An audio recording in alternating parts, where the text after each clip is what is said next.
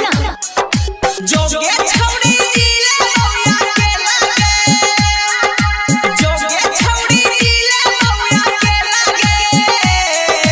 प्यार के नामवा पर पहिली खेलागे, जोगे छौड़ी दिले बौया के लागे, प्यार के नामवा पर पहिली खेलागे, तू के जब भी इश्क के दर्द होवे लागे, अगर तू के जब भी इश्क के दर्द होवे लागे, आगे तू की जब भी इश्क के तना झमेला गे, प्यार के नामवा पर पहिली खेलागे,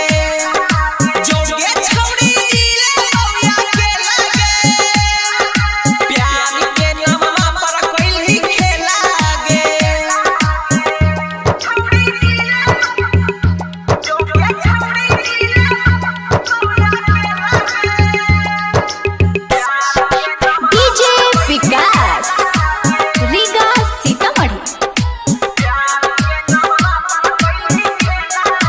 प्यार मोहब्बत यमनई के करो भावै छै गे, मतलब खातिर दिलवा लोग लगावै छै गे, प्यार मोहब्बत यमनई के करो भावै छै गे, मतलब खातिर दिलवा लोग लगावै छै गे, फिल्म में तोरा तीत भेलौ करे लागे, फिल्म में तोरा तीत भेलौ करे लागे, प्यार के नामवा पर पहिली खेलागे, जोगे छौड़ी दिले बौया के लागे, प्यार के नामवा पर पहिली खेलागे, छौड़ी दिले जोगे छौड़ी दिले बौया के लागे, डीजे विकास रीगा सीतामढ़ी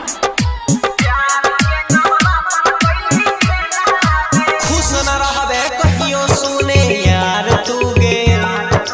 भूल न पैभी कहियो प्रिंस के प्यार तू गे, खुश न रहबे कहियो सुने यार तू गे, भूल न पैभी कहियो प्रिंस के प्यार तू गे, जिंदगी भर जीबौ रहबौ या के लागे, जिंदगी भर